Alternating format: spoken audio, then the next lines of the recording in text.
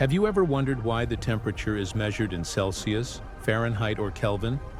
Each of these scales tells a unique story about how we measure the world around us.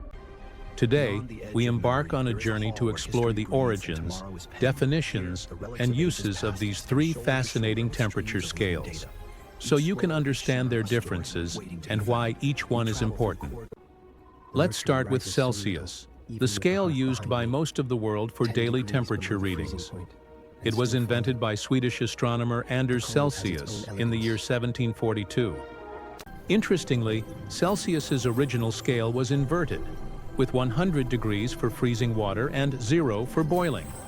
This was later reversed to the modern version we all know and use today. The Celsius scale, also once known as centigrade, is beautifully simple, with water freezing at 0 degrees and boiling at a clean 100 degrees, making it very intuitive. Now let's travel back to 1724 to meet Daniel Gabriel Fahrenheit and his temperature scale. The Fahrenheit scale is one of the oldest thermometric scales that is still in use today. Fahrenheit set his 0 point at the coldest temperature he could create, with a mixture of ice, water, and salt, aiming for a scale that would not dip into negative numbers. On this particular scale, water freezes at 32 degrees and boils at 212 degrees, which creates a separation of exactly 180 degrees. While most of the world has adopted Celsius, the Fahrenheit scale remains popular in the United States for everyday weather forecasts, as well as for cooking and baking measurements. To convert from Fahrenheit to Celsius, you subtract 32 and then multiply by 59. For example, a warm day of 77 degrees Celsius is equivalent to a pleasant 25 degrees Celsius. Finally, we have Kelvin, the undisputed champion in the world of science and physics.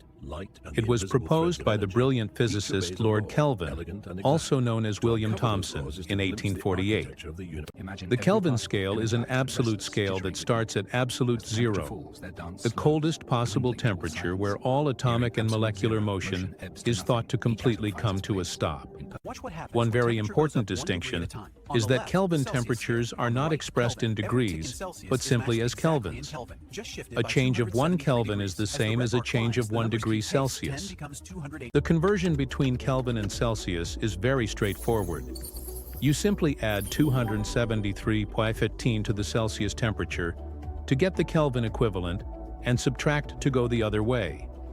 The Kelvin scale is essential for scientific calculations, especially in thermodynamics and chemistry, and is even used to define the color temperature of light sources like light bulbs. So, to summarize their key differences, Celsius is based on the properties of water, Fahrenheit on a brine solution, and Kelvin is fundamentally based on the concept of absolute 0. Thank you for joining me on this enlightening journey through the world of temperature. I hope this exploration has made these three temperature scales much clearer for all of you. For more insights like this, make sure to subscribe to Decoding Everything.